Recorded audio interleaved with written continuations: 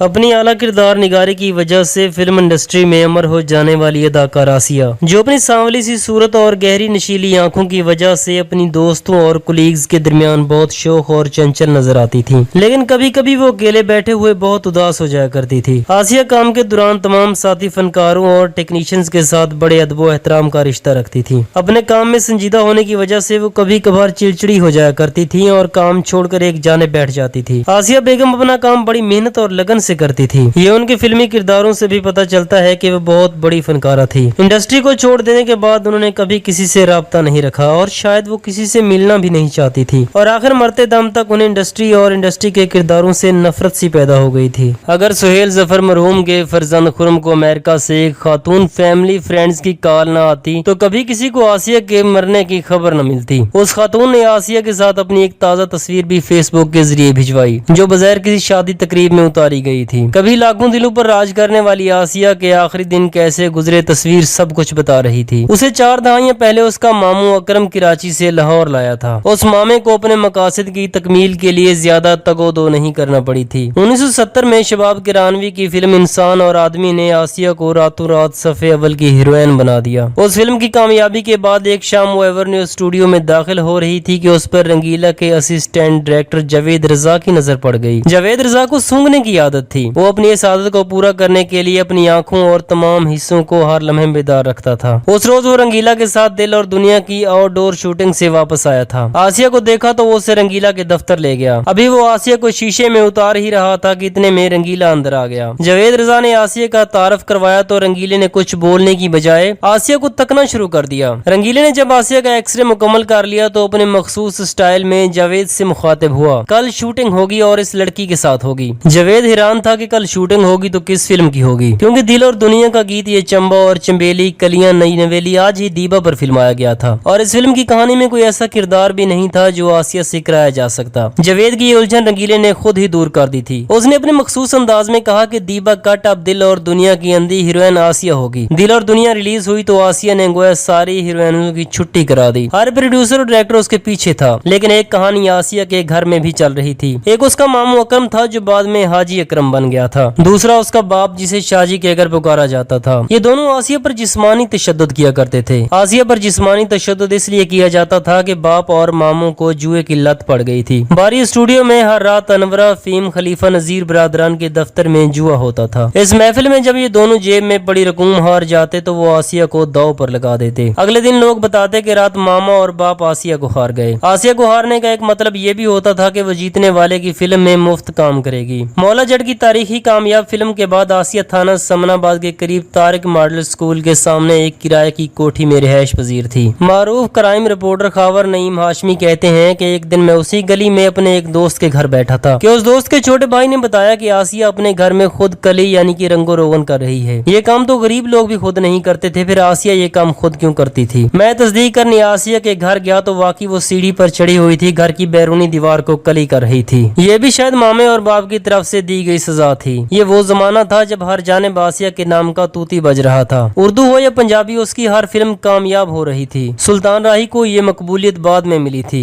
फिर एक रात ऐसा हुआ कि एक बदकिरदार कैमरा मैन जिसका नाम रियाज भट्ट था, जो हर फिल्मी लड़की को अपनी जगीर तस्वर करता था, हर लड़की से खिराज वसूल करना अपना हक समझता था। फिल्मी लड़कियां भी कैमरा मैनों को डायरेक्टर और प्रोड्यूसरों से ज्यादा अहमियत देती थी। हीरोइंस और दूसरे एक्ट्रेसों का ख्याल था कि कैमरा मैन चाहे तो उन्हें इस तरह पिक्चराइज कर सकता है कि वो रातों रात स्टार बन जाएं। वो कैमरा मैन के ताउन से जल्दी जल्दी ज्यादा नुमायां हो सकती हैं। आसिया एवेन्यू स्टूडियो के एक फ्लोर में शूटिंग कर रही थी। कैमरा मैन रियाज भट्ट था। वक्फा हुआ तो वो किसी तरह आसिया को बहला फिसला कर आगा जी ए गुल के ऑफिस में ले आया। आगा साहब उस वक्त अपने दफ्तर में नहीं थे। उनकी अदम मौजूदगी में स्टूडियो और दफ्तर की निगरानी उनका बाइतमाद मुलाजिम बोस्तान खान करता था। आगा साहब के ऑफिस में रियाज भट्ट ने आसिया से दस्तराजी शुरू कर दी कि अचानक बोस्तान खान अंदर आता है और आसिया पर थप्पड़ बरसाने शुरू कर देता है। स्टूडियो में मौजूद तमाम लोग इस दफ्तर के बाहर जमा हो जाते हैं। आसिया को कसूरवार ठहराया जाता है। वो कांप रही होती है, वो रो रही होती है और ये हजूम उसे थू थू कर रहा होता है। घर वापसी पर उसके साथ क्या सलूक हुआ होगा ये सिर्फ सोचा ही जा सकता है। क्या ये वाकई सिर्फ रियाज भट्ट की हरकत थी या किसी दूसरी एक्ट्रेस का तेजशुदा ड्रामा भी हो सकता है। ये कहा गया कि बोस्तान खान आसिया का आशिक था। उसने आसिया से इंतकाम लिया क्योंकि आसिया ने उसकी ख्वाहिश या मोहब्बत को ठुकरा दिया था। ये जो भी हुआ सो हुआ, लेकिन आसिया उसी दिन मर गई थी। अगले दिन यूसुफ खान दर्जनों लोगों के साथ आसिया के घर गए। आसिया पर करोड़ों की सरमाया कारी थी। ये सरमाया डूब जाने का बहुत ज्यादा खदशा पैदा हो गया था। आसिया को इस बात पर मना लिया गया कि वो ज़ेरे तकमील फिल्में मुकम्मल कराएगी, मगर आसिया का अब इस भूत नगर से दिल भर चुका था। बंकांग का एक बिजनेसमैन फारूक उससे शादी का ख्वाह था। वो अचानक एक दिन उसके हमरा अपना मुल्क ही छोड़ गई।